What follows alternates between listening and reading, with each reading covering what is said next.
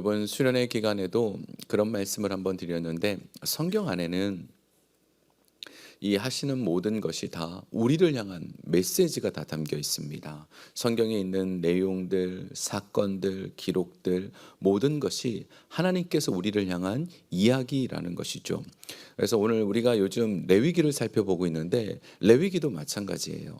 레위기에 있는 내용들이 조금 어렵고, 굳이 이런 내용까지 다루어야 되나라고 생각할지 모르겠습니다만, 오히려 우리 삶에 일어나는 모든 것들을 지금 하나님의 신앙 안에서 하나씩 하나씩 해결해 주고 계시는 겁니다. 이 세상을 죄악 가운데서 우리가 살고 있잖아요. 우리가 사는 것이 이 영의 세계 속에 살고 있고, 그 영의 세계 안에는 거룩이 있고, 또 그 거룩의 반대가 되는 죄악된 삶의 모습이 있습니다. 그 두 가지가 있을 때 우리가 이 죄의 모습에서 떠나 하나님께서 기뻐하는 곳으로 가는 것, 이것이 레위기를 기록하신 하나님의 목적이 됩니다. 우리 15장에는 유출병에 대해서 나와 있습니다. 유출병이라는 것은 우리 몸 안에 있는 피가 되었든 몸 안에 있어야 될 분비물이 바깥으로 나오게 될 모든 것들을 유출병이라고 얘기합니다. 이 유출병에 대한 규정이 중요한 것은 우리 몸 안에 있어야 되는데, 그것이 몸 밖으로 나오면 우리의 생명이 위급해지는 거예요. 피가 계속 흐르면 어떻게 되죠? 죽음에 가까이 가게 됩니다. 죽게 되든지 죽음에 가까이 가게 되죠. 그래서 그 생명을 잃어버리고 죽음과 가까이 가지 않는 것, 이것이 우리에게 필요한 일인 거죠. 근데 이것이 유출병이 됐다라는 건 지난 시간에 이런 단어를 썼습니다. 불완전한 상태라고. 그래서 완전해지기 위하여서 노력해야 된다라는 것입니다. 또한 이 유출은요, 죄는 아니에요. 죄는 아닌데 하나님으로부터 우리가 분리되어 있는 상태입니다. 방금 말씀드린 것처럼 완전하신 하나님과 함께 완전하게 살고 있다가 이 유출이 생기는 순간 조금 불안정해지니까 분리가 되는 거예요. 그럼 유출병이 심해지면 이제 조금 있다가도 살펴보겠습니다만 하나님으로부터도 멀어지게 돼요. 그 이유를 이제 좀 함께 좀 살펴보겠습니다. 먼저 우리 15장 2절 본문 한번 볼까요? 본문 함께 좀 읽겠습니다. 시작. 이스라엘 자손에게 말하여라. 누구든지 그의 몸에 유출병이 있으면 그 유출병으로 말미암아 부정한 자라. 아멘. 이 유출병으로 인해서 부정해졌다라고 얘기합니다. 유출의 가장 중요한 문제가 뭐냐? 전염성이에요. 유출병은 전염이 된다라고 해요. 근데 이 전염이 건강상 전염이 되는 게 아니에요. 건강으로 저 사람이 유출병에 걸렸으니까 나도 그것 때문에 이렇게 옮아서 코로나가 옮듯이 뭐 이렇게 해서 유출병이 생긴다, 이것이 아니고 이것은 거룩에 대한 부분입니다. 공동체 안에서 거룩이 깨트려질 수 있기 때문에 그것 때문에 나타나는 전염성이죠. 그러면서 이것이 이제 이 유출이라는 단어가 이 레위기 15장에서 등장을 하는데, 특별히 이 유출이라는 단어가 굉장히 독특한 단어를 사용했습니다. 조브라는 히브리어예요. 조브. 이 조브라는 단어가 비정상적인 분비물이란 뜻입니다. 비정상적인 분비물, 피가 아니라 다른 우리 안에 있는 몸 안에 있는 것들이 바깥으로 나가는 거죠. 자, 그래서 이 사람이 앉아있던 의자, 베드, 그리고 그것이 어디 있든지 간에 이를 만지는 사람까지도 부정해집니다.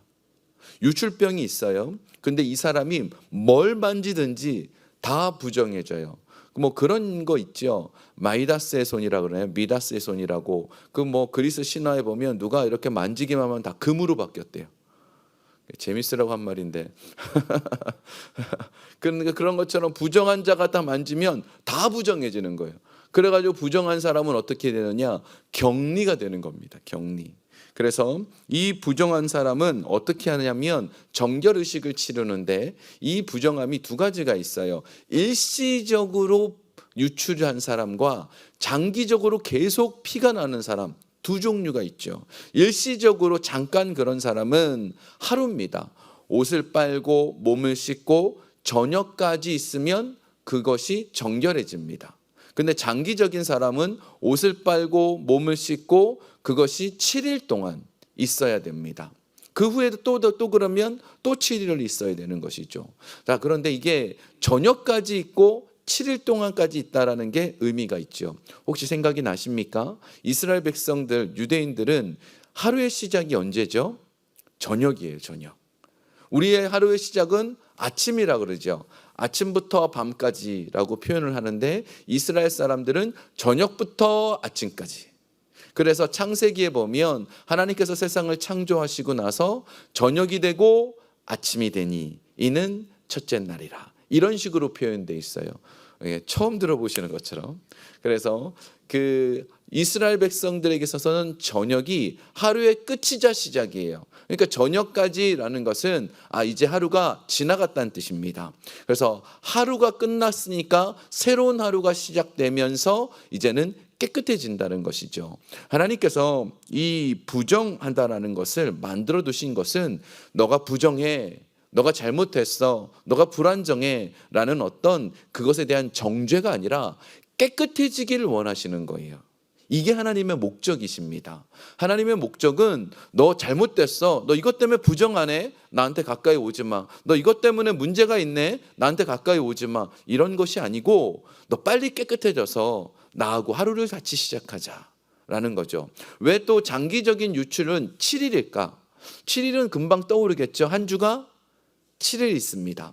그래서 이 주일부터 토요일까지 7일 동안 그 한 주 동안이 끝나고 나면 또 다른 한 주가 시작되니까 그러면 너가 깨끗해졌다라는 것을 얘기를 합니다. 자, 이제 이 유출에 대한 얘기가 쭉 나오면서 이 15장 전체에서 16절, 17절, 18절까지는 성적인 유출에 대한 부분을 다루고 있어요. 16절부터 18절까지 제가 한번 읽어볼게요.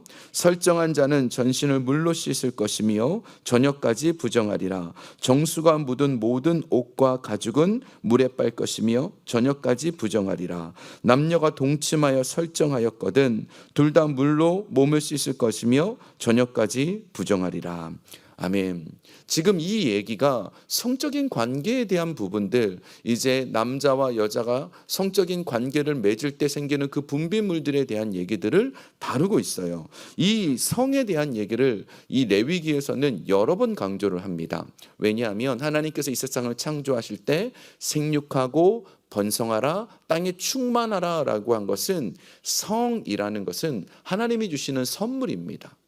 하나님이 주시는 축복이에요. 성이라는 것은 터부시해야 되고 성은 배척해야 되는 것이 아니라 성은 하나님이 주시는 참 좋으신 축복입니다. 그런데 인간은 죄악된 그 인간의 타락으로 인하여서 레위기 18장, 20장에 보면 이 성적인 것을 어디에 이용하느냐? 근친상간이라고 해서 가족끼리 성관계를 한다든지 아니면 동물과 성관계를 한다든지 아니면 동성애로 성관계를 하는 것에 대해서 엄격하게 금지하십니다.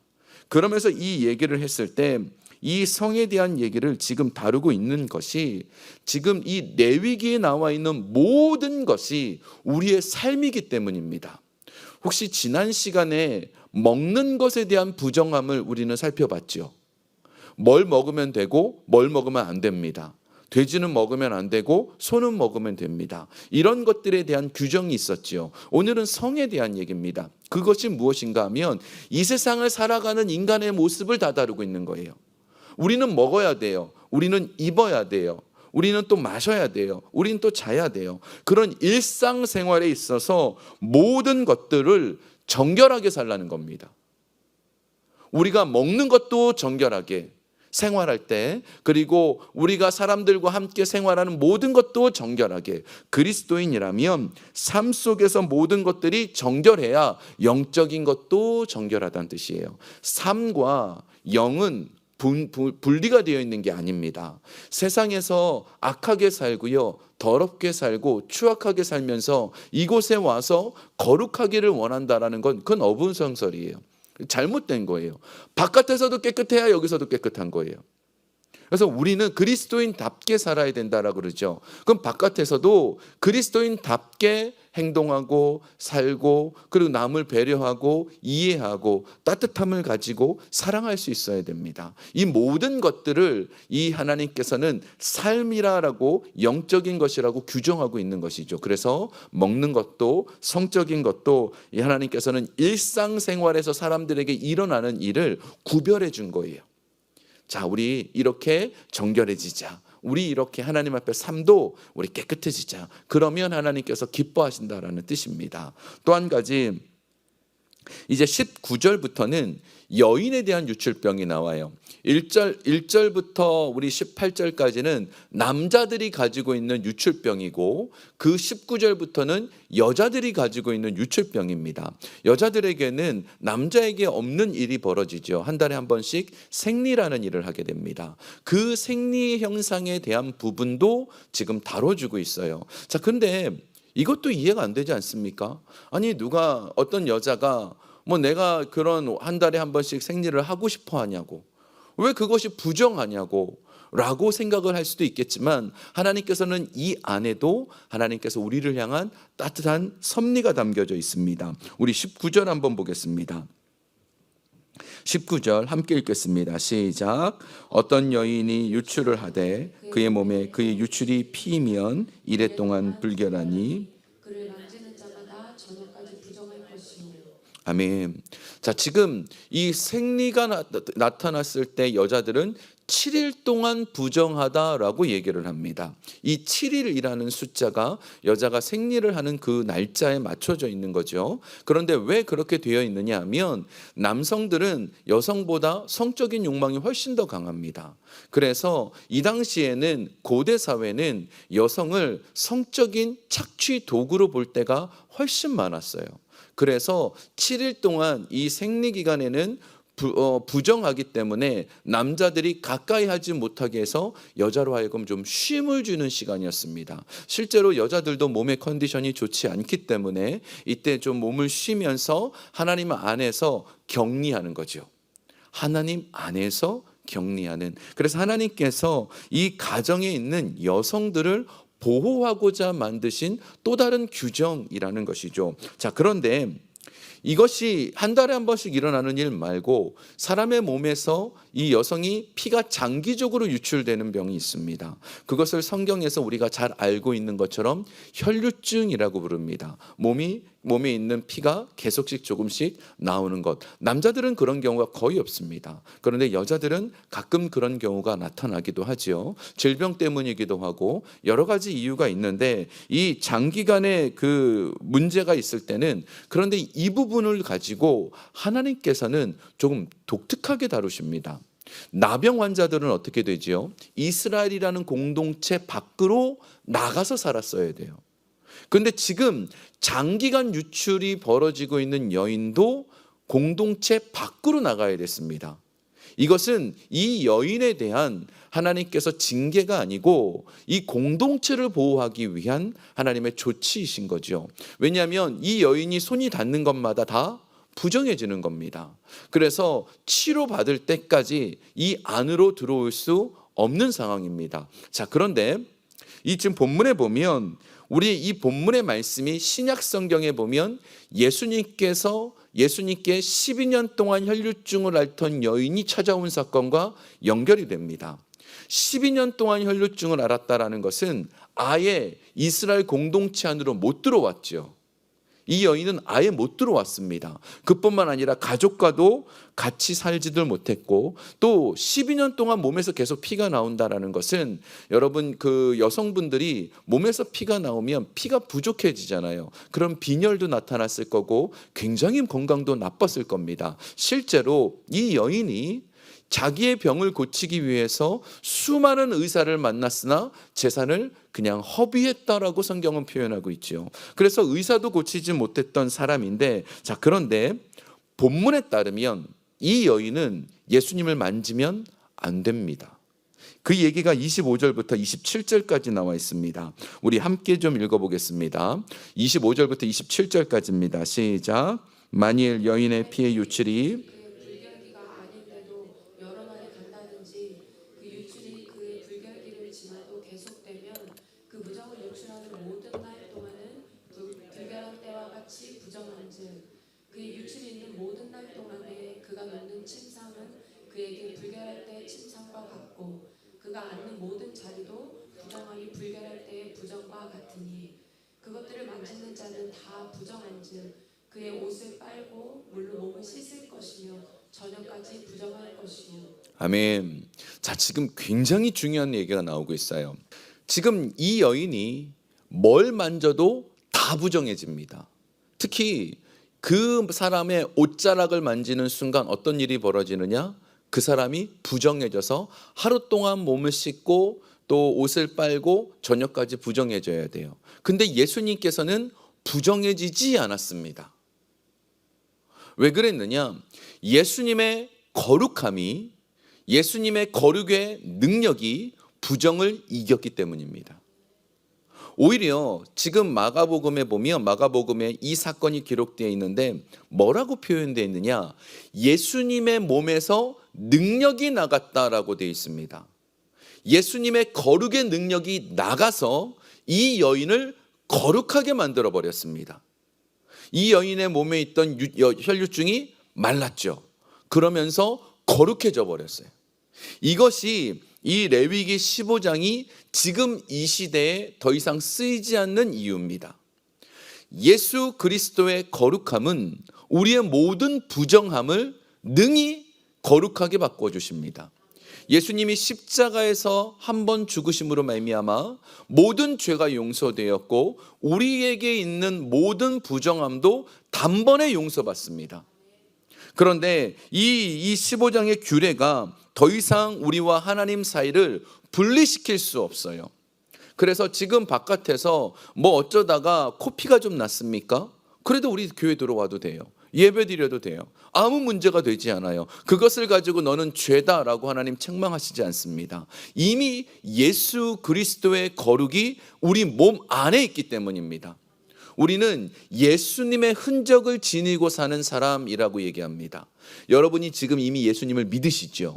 그러면 예수 그리스도의 흔적이라는 게 있어요. 그 흔적이 무엇인가 하면 바로 예수 그리스도의 권능의 능력이 우리 안에 훑어 지나간 그 흔적입니다. 그 흔적은 우리에게 영원히 천국 가는 그날까지 계속해서 우리가 하나님 앞에 나아갈 때 그 역사가 나타나게 되는 것이죠.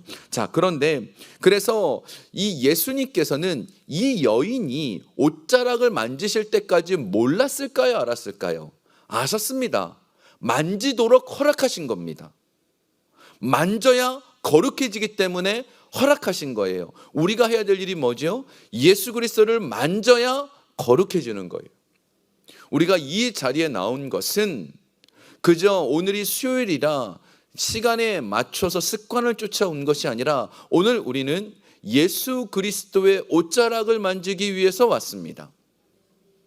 이 레위기 15장의 규정을 보면서 왜 이것을 없애지 않았느냐? 이미 다 끝난 일인데 이거는 이제 종이를 찢어버려야 되는 일 아닌가? 라고 할 수 있겠지만 이런 규정이 있는데 이 규정을 예수님을 믿으며 예수님의 이름을 부르며 우리는 오늘도 나가서 내 안에 있는 이 부정함에 대해서 주님, 내가 주와 하나가 되길 원합니다.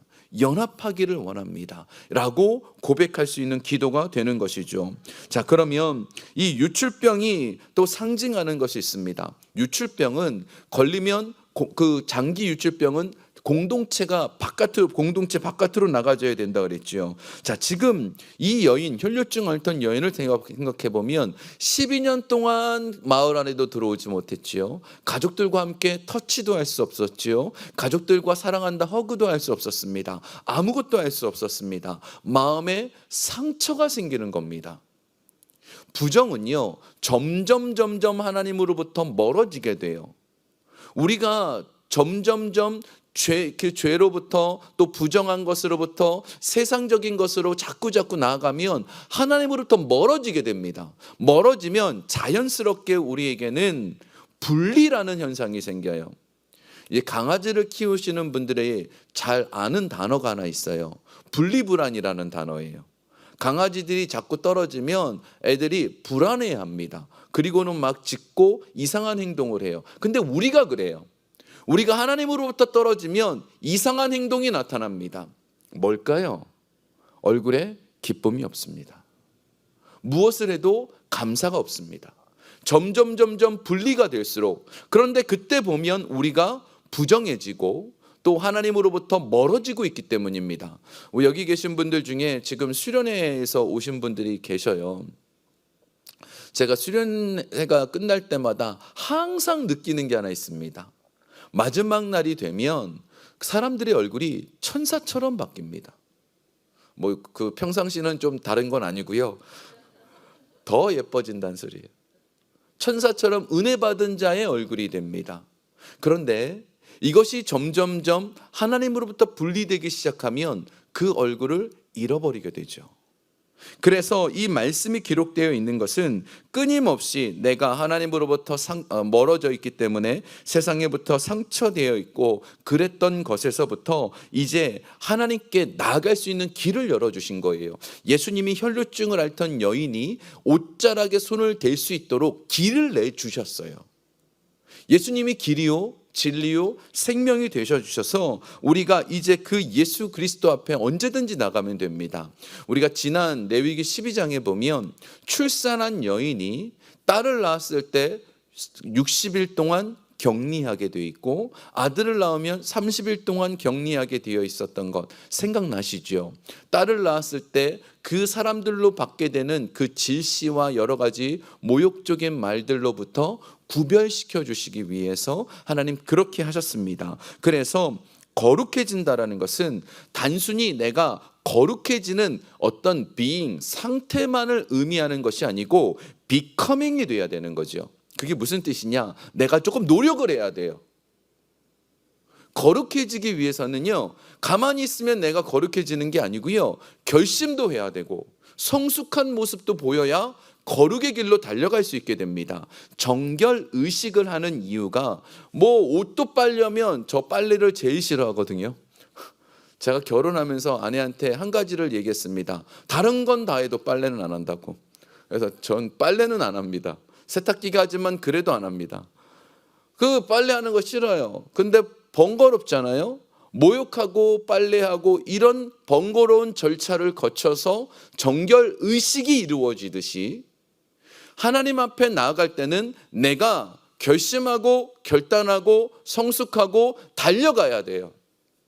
여러분이 수요 예배를 나오시고 금요 예배를 나오시고 또 집에 가서 말씀을 보시고 기도를 하려면 끊임없는 노력이 필요해요.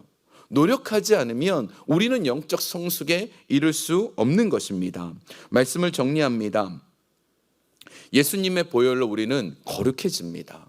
그런데 이 거룩을 유지하기 위해서는 피나는 정말로 죄와 피 흘리기까지 싸울 만큼의 노력과 결단이 필요합니다.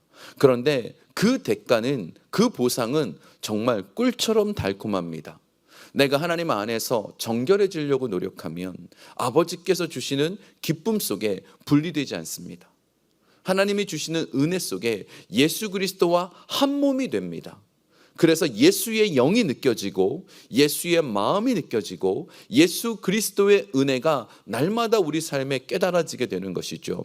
정결의식들 보면서 여러 가지 일들이 있습니다. 일상생활 속에서도 항상 하나님과 함께 동행할 수 있기를 주의 이름으로 축원합니다.